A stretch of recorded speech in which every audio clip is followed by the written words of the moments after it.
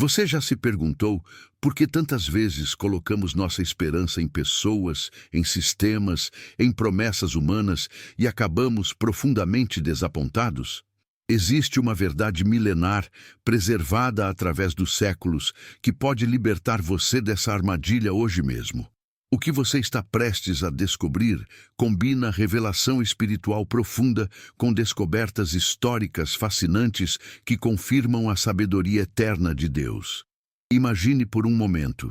Estamos no século V a.C., em Jerusalém. O povo hebreu acaba de retornar do exílio babilônico, uma jornada de aproximadamente 1.600 quilômetros que levava meses para ser percorrida a pé. Arqueólogos descobriram que o templo estava em ruínas, a economia devastada, e o povo enfrentava a tentação constante de confiar em alianças políticas com impérios vizinhos para sua sobrevivência.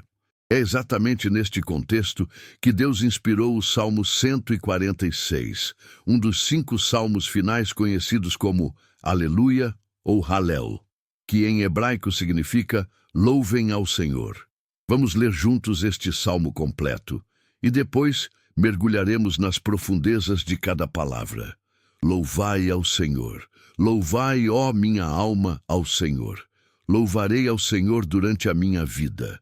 Cantarei louvores ao meu Deus, enquanto eu viver. Não confieis em príncipes, nem em filho de homem, em quem não há salvação. Sai-lhe o espírito, e ele volta para a terra. Naquele mesmo dia perecem os seus pensamentos. Bem-aventurado aquele que tem o Deus de Jacó por seu auxílio, cuja esperança está no Senhor seu Deus, que fez os céus e a terra, o mar e tudo quanto há neles, e que guarda a verdade para sempre, que faz justiça aos oprimidos, que dá pão aos famintos. O Senhor solta os cativos. O Senhor abre os olhos aos cegos, o Senhor levanta os abatidos, o Senhor ama os justos. O Senhor guarda os estrangeiros, sustenta o órfão e a viúva, mas transtorna o caminho dos ímpios. O Senhor reinará eternamente, o teu Deus, ó Sião, de geração em geração. Louvai ao Senhor. Agora, aqui vem a revelação que muda tudo, confirmada tanto pelas Escrituras quanto pela história. A palavra hebraica usada para príncipes, no versículo 3, é nedibim, que não se refere apenas a governantes, mas a qualquer pessoa de influência, poder ou recursos. Historiadores explicam que no período pós-exílico, os judeus enfrentavam pressão constante para formar alianças com a Pérsia, com o Egito, com qualquer império que prometesse proteção. O contexto cultural explica que naquela época, pequenas nações dependiam de tratados com grandes potências para sobreviver. Mas Deus estava dizendo algo revolucionário. Não coloquem sua confiança final em sistemas humanos. A frase, em quem não há salvação, usa a palavra hebraica Teshua, que significa libertação completa, resgate total. Especialistas em linguística hebraica revelam que esta palavra carrega o sentido não apenas de ser salvo de um perigo, mas de ser restaurado à plenitude. E aqui está o que mais impressiona. O salmista não está dizendo para não respeitar autoridades ou para viver isolado da sociedade. Antropólogos culturais explicam que a sociedade hebraica era profundamente comunitária. O que Deus está revelando é sobre onde colocar sua esperança última, sua confiança suprema. Sai-lhe o espírito e ele volta para a terra. Esta é uma das declarações mais poderosas sobre a fragilidade humana. A palavra ruach, em hebraico, significa tanto espírito quanto fôlego. Arqueólogos descobriram textos médicos antigos que mostram que os povos do Oriente Próximo entendiam que quando a respiração cessava, a vida acabava. O versículo continua: naquele mesmo dia perecem os seus pensamentos. A palavra hebraica estonotav significa literalmente seus planos, suas estratégias. Para aquela sociedade, isso era uma verdade evidente. Reis poderosos morriam, impérios caíam e todas as promessas humanas viravam pó. Hoje sabemos que essa região, que corresponde ao moderno Iraque e Irã, viu a ascensão e queda de dezenas de impérios. Mas a verdade de Deus permanece. Mas aqui vem o contraste divino que transforma nossa compreensão. Bem-aventurado aquele que tem o Deus de Jacó por seu auxílio. A palavra Ashrei, traduzida como bem-aventurado, vem de uma raiz que significa andar no caminho certo, estar em alinhamento. Não é apenas felicidade emocional, é a profunda satisfação de estar conectado com a fonte eterna.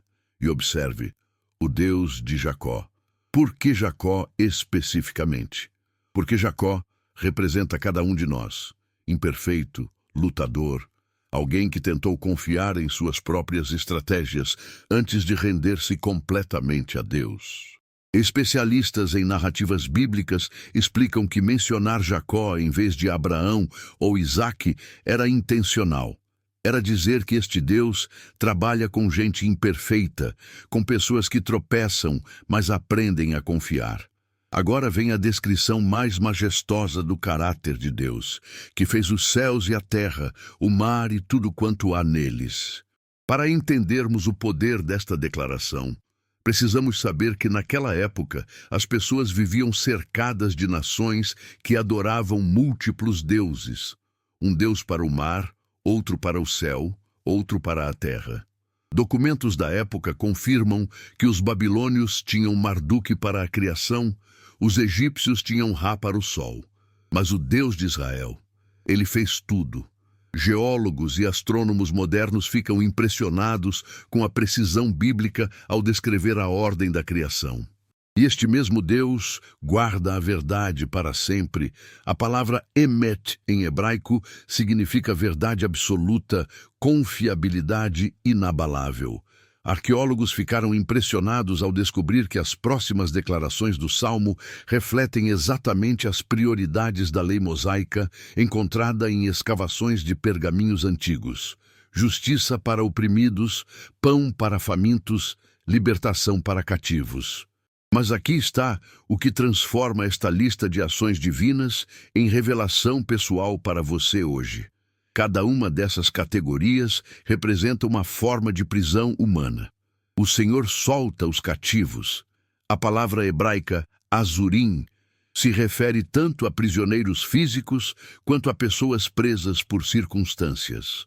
Na época, estar preso muitas vezes significava estar endividado, escravizado. Hoje, você pode estar preso por vícios, por medo, por traumas do passado.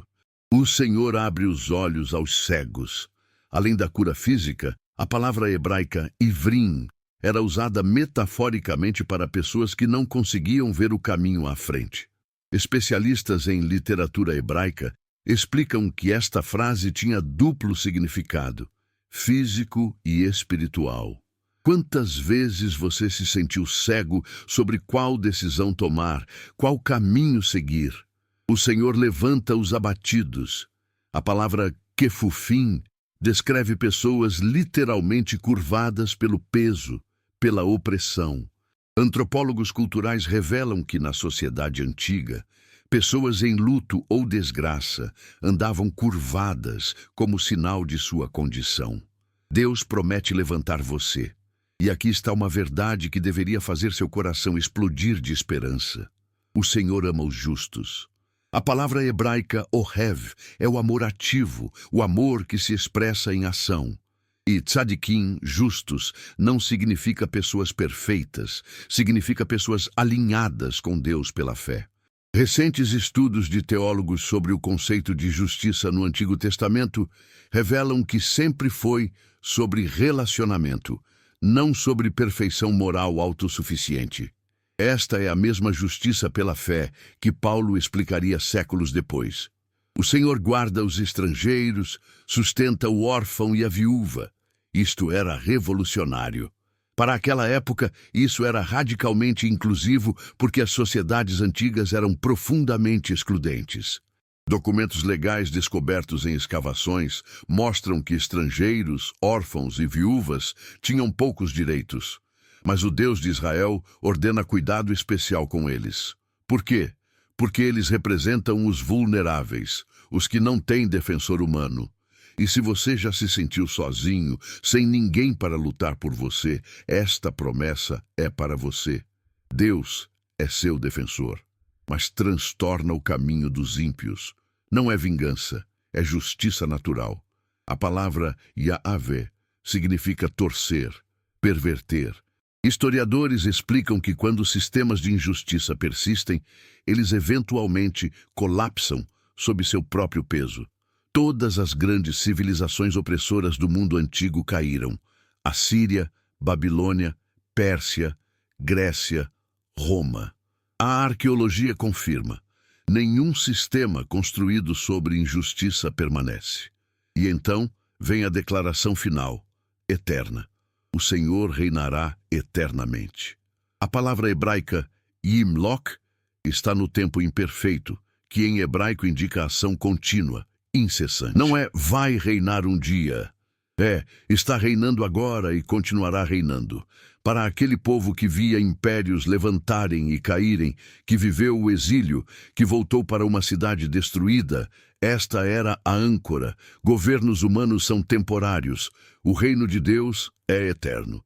Agora deixe-me conectar estas verdades milenares com sua vida hoje. Você está enfrentando uma decisão importante? Uma crise financeira? Um relacionamento quebrado? Uma doença? Um sonho que parece impossível? O Salmo 146 não está dizendo para você não buscar ajuda humana, médicos, conselheiros, amigos, líderes. Está dizendo, não faça deles sua esperança última. Não coloque em pessoas imperfeitas o peso que só Deus pode carregar. Aqui está a aplicação prática e direta. Toda vez que você sentir aquela ansiedade surgindo porque alguém não cumpriu uma promessa, porque um plano humano falhou, porque você se sentiu abandonado, lembre-se desta verdade arqueologicamente confirmada, historicamente validada, espiritualmente absoluta. Pessoas são mortais, seus planos são temporários, mas o Deus que fez céus e terra, que libertou seu povo do Egito, que trouxe Israel de volta do exílio, que enviou Jesus Cristo para sua salvação, este Deus nunca falha. Sabe o que mais me impressiona, como estudioso das Escrituras e da história? 3.000 anos depois deste salmo ser escrito, em uma época onde temos mais tecnologia, mais conhecimento, mais recursos do que qualquer geração anterior, nós ainda enfrentamos a mesma tentação, confiar em sistemas humanos, em nossa própria força, em pessoas com poder. E continuamos sendo desapontados. A solução não mudou. A esperança verdadeira ainda está no mesmo lugar, no Senhor que reina eternamente. Se esta revelação histórica e espiritual tocou seu coração como tocou o meu, quando descobri essas verdades que Deus preservou através dos séculos, compartilhe esta palavra. Alguém próximo de você está confiando na pessoa errada hoje. Alguém está colocando esperança em sistemas que vão falhar. E eles precisam saber. Há um Deus que nunca falha, que abre olhos cegos, que levanta abatidos, que solta cativos.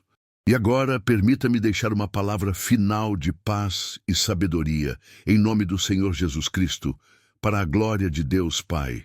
Que o próprio Senhor, que revelou sua natureza imutável através dos séculos, desde os muros reconstruídos de Jerusalém até o trono da graça estabelecido através de Cristo, venha sobre sua vida hoje com a paz que excede todo o entendimento.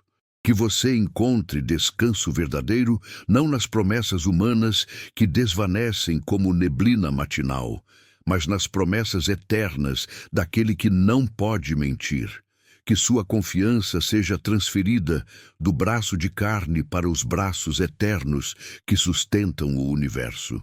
Que sua esperança seja ancorada não em príncipes que hoje estão e amanhã se vão, mas no Rei dos Reis, que reina de geração em geração. Que o Deus de Jacó, O Deus que trabalha com imperfeitos, que transforma lutadores em príncipes, que nunca desiste de seus filhos, seja seu auxílio constante. E que a sabedoria revelada há 3 milênios se torne sua realidade diária. Bem-aventurado é aquele que confia no Senhor. Em nome de Jesus Cristo, o cumprimento de todas as promessas de Deus. Amém e amém.